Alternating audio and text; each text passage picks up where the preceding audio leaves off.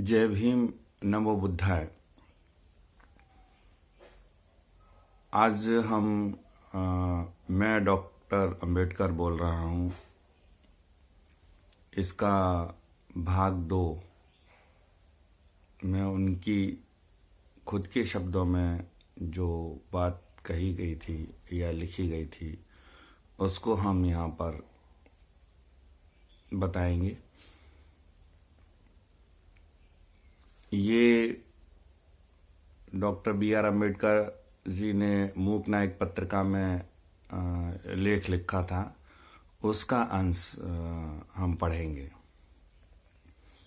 जैसा कि आपको विदित है कि ये हमारा उद्देश्य है कि बाबा साहब के जो मूल विचार हैं वो लोगों तक पहुँचे। उसी प्रयास में ये दूसरी कड़ी है।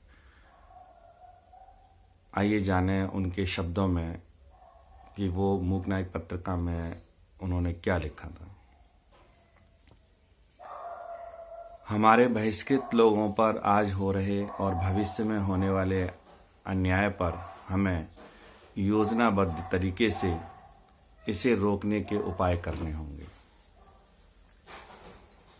उसी के साथ भावी प्रगति तथा उसे प्राप्त करने के रास्ते की सच्ची जानकारी के संबंध में भी चर्चा करनी होगी। चर्चा करने के लिए आपसी बैठक के लिए अपनी एक जगह सुनिश्चित होनी चाहिए और चर्चाओं को बारीकी से देखा जाए तो पता चलता है कि उनमें से अधिकतर लोग अपनी अपनी विशिष्ट जाति के हितों को संरक्षित करने और संवर्धन की बात ज़्यादा करते हैं, जबकि बहिष्कृत जातियों के सभी लोगों को जाति की सोच से बाहर जाकर एक सामूहिक लक्ष्य बनाकर प्रगति की बात करनी चाहिए।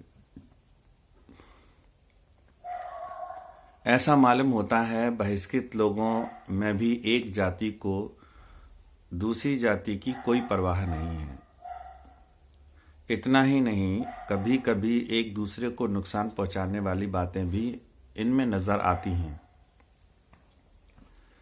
इसके अलावा उच्च जाति और निम्न जाति के अंतर्गत जाति भेद और शोषण को देखें तो हमारा कहना है कि समाज में यदि कोई एक जाति पतन की ओर जाती है तब उसके पतन का कलंक दूसरी उच्च शोषक जातियों पर लगाने से रोका नहीं जा सकता।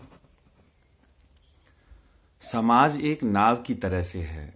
जिस तरह किसी एक नाव में बैठकर सफर कर रहे होते हैं और उसमें कमरे बने हों, यदि उस समय किसी यात्री के मन में जानबूझकर दूसरे यात्रियों को हानि पहुंचाने की इच्छा उठती है तो इस तरह हानि पहुंचाने की नीयत से उठी गड़बड़ी देखने लायक होती है। किसी यात्री ने अगर अपने दुष्ट स्वभाव के कारण यदि दूसरे कमरे में छेद कर दिया तो नाव में दूसरों के साथ देर से ही सही स्वयं उस व्यक्ति को भी डूबकर जल समाधि लेनी ही पड़ेगी, उसे मरना ही पड़ेगा।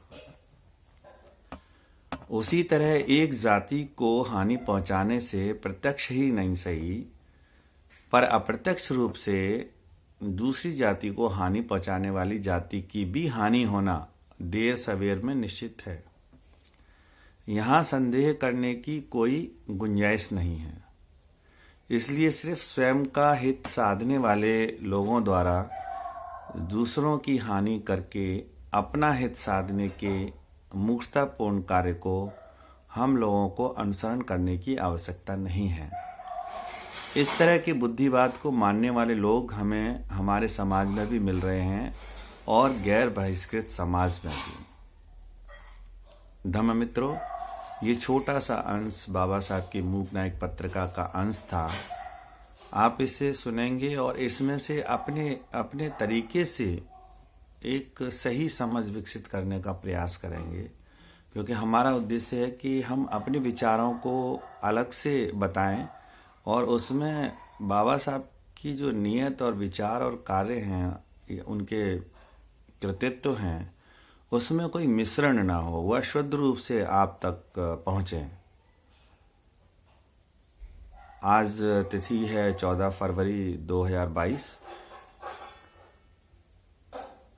सोमवार, और मैं प्रमोद सिंह बौद्ध, जो इस मिशन के कार्य को आगे बढ़ाने के लिए इस नियत से इस वीडियो को अपलोड कर रहे हैं यूट्यूब पे कि हम भारत देश में जो विकृतियां हैं, ख़ास तौर पे हमारा जो एक बहुसंख्यक हिंदू धर्म है, उसमें भी शुरू से अब तक कुछ कुरीतियां आती गई हैं, और उसमें सबसे बड़ी कुरीति है जातियों का विभाजन, जो विरासत में सभी को मिल रही हैं। और आज भारत देश आज भी इससे काफ़ी परेशान है। डॉक्टर भीमराव अंबेडकर ने जाति विभाजन और जाति भेद को समाप्त करने का जितना प्रयास किया, वो विश्व में कहीं हमें नहीं मिलता है। और उन्होंने 6 दिसंबर 1956 में अपने परिनिर्वाण तक इसके लिए जीवन भर संघर्ष किया। चाहे हमारे अस्पृश्य समाज के लोग, अनुसूचित जाति जनजाति समूह के लोग इसको सुन रहे हों, या हमारे इससे बाहर के भी जो भारत देश के निवासी हैं, हिंदू हैं, मुसलमान हैं, सिख हैं, कोई किसी भी धर्म को मानने वाले हैं, ईसाई धर्म को मानने वाले हैं, हमें ये सोचना ही होगा कि हम व्यक्ति को व्यक्ति की तरह से पहले देखें और हम उसके जाति और धर्म पर न जाएं। संविधान में जो डॉक्टर B.R. अम्बेडकर द्वारा ही लिखा हुआ है और अन्य लोगों का भी उसमें आशंक प्रयास रहा, तो उसमें इस भावना को रखा गया है कि प्रत्येक धर्म अपनी आस्था को पूजा करने के लिए, उसका प्रचार करने के लिए स्वतंत्र है। मगर किसी धर्म में अगर कोई ऐसी बुराई हो जिसमें वो मानवता प्रभावित हो रही हो, तो उस धर्म में हमें कुछ जो भी संवैधानिक तरीके से, कानूनी तरीके से उपाय हो सकते हैं, वो हमें करने ही होंगे। क्योंकि कोई भी धर्म ऐसा धर्म नहीं कहला सकता है जो मानव को मानव से नीचे की श्रेणी में रखे, क्योंकि मानव प्रकृति में स्वतंत्र पैदा होता है। इसलिए उसमें कोई कैटेगरी नहीं हो सकती है कि ये ऊपर है, ये नीचे है, ये छोटी जात का है, ये ऊंची जात का है। तो बाबा साहब ये चाहते थे कि हम सबसे पहले भारतीय मानस अपनी सोच में इसको रखें कि हम सबसे पहले भारतीय हैं, हम बाद में भी भारतीय हैं और अंत तक भारतीय हैं। उसी सोच को आगे रखकर हम उनके भाषणों के, भाषणों के अंश, उनकी पत्रिकाओं में लिखे हुए उनके अंश, उनकी किताबों में लिखे हुए उनके अंश को हम ये सीरीज के रूप में चलाते रहेंगे। बाबा साहब के संघर्ष के दौरान कुछ चीज़ें ऐसी भी मिल सकती हैं जो उनके भाषणों में हमें तीखापन मिलेगा।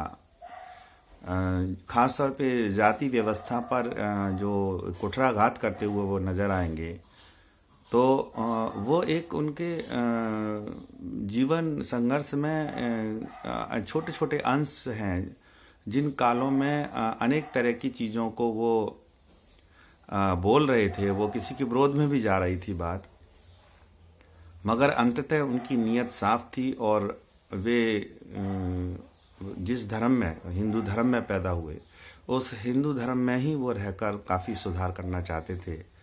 और जब उन्हें ये लगा कि इसमें सुधार की कोई गुंजाइश ही नहीं है, तभी ही उन्होंने बौद्ध धर्म को अडॉप्ट किया था।